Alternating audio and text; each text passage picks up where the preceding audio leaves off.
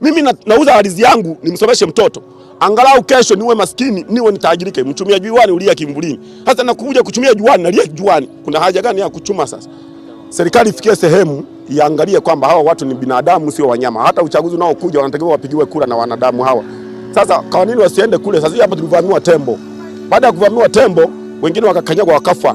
Serikali hailipi, inakwambia umemvamia tembo. Tembo atoke kule polini anakuja mjini. Maana huko kuna chai au kuna majani.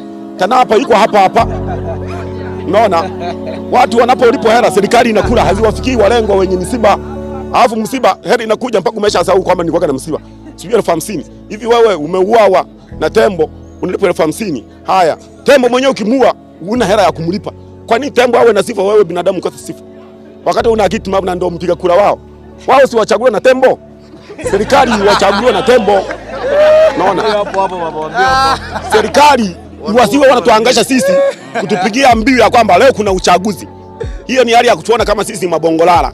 Kwa hiyo wao kama tembo wana thamani, waende polini, serikali yake Samia wakakae mle polini wapigiwe kura na tembo. Sisi tunakanyagwa tembo, watoto wetu wanakufa, tunaambiwa tembo tumewachokoza. Sisi tuko huku tumefikaje polini? Alafu kule polini kule kuna walinzi ambao ni TANAPA hawa wanalipa pesa kwa ajili ya kuchunga hizo tembo. Wewe ni mchungaji wa ng'ombe wako ameenda kulisha. Si lazima uulize mchungaji ametokeaje amekuponyekeje mkononi. Sasa hawa wamepewa na magari ya serikali na bunduki na silaha. Wanashindwa kuwazuia kule tembo, wanakuja mpaka mjini kutuzuru. Alafu ukiwauliza wanakuambia mmewavamia tembo. Kwa hiyo tukaishi wapi? Hapa unaweza ukaangalia saikolojia hapa, msongamano wa watu na majumba yote. Tembo anatoka kule, wao wako wapi? Kwa hiyo wamepewa kazi ya majina, wanalala ndani.